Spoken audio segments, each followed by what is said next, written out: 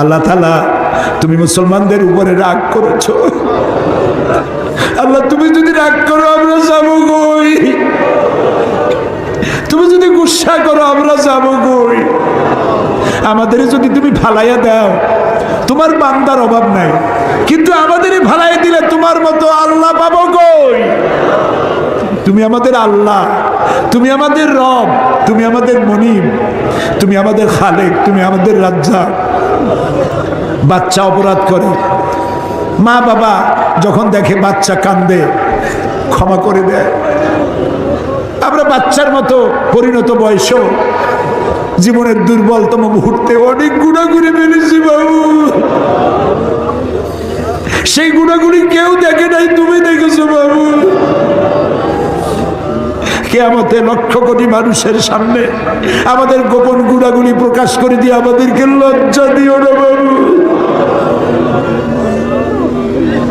আল্লাহ তাআলা 3000 বছর ধরে তুমি জাহান্নামের আগুনকে উত্তপ্ত করেছো।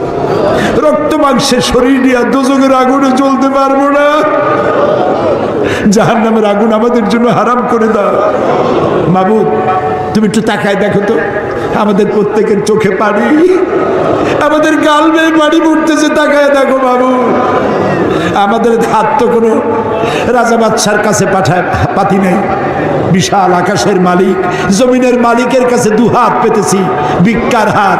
ফেরত দিও না বাবু, ফিরাইয়া দিও না। কান্দো ভাইরা, কান্দো। আর কান্দবা কবে? আল্লাহ তাআলা রহমতকে তুমি দয়াকে 100 ভাগ করছো। 1 ভাগ দিছো সারা দুনিয়ায়, 99 ভাগ তোমার কাছে। তুমি বলেছো কুল ইয়া ইবাদিয়াল্লাযিনা আসরাফু আলা আনফুসিহিম লা তাকনাতু মির রাহমাতিল্লাহ।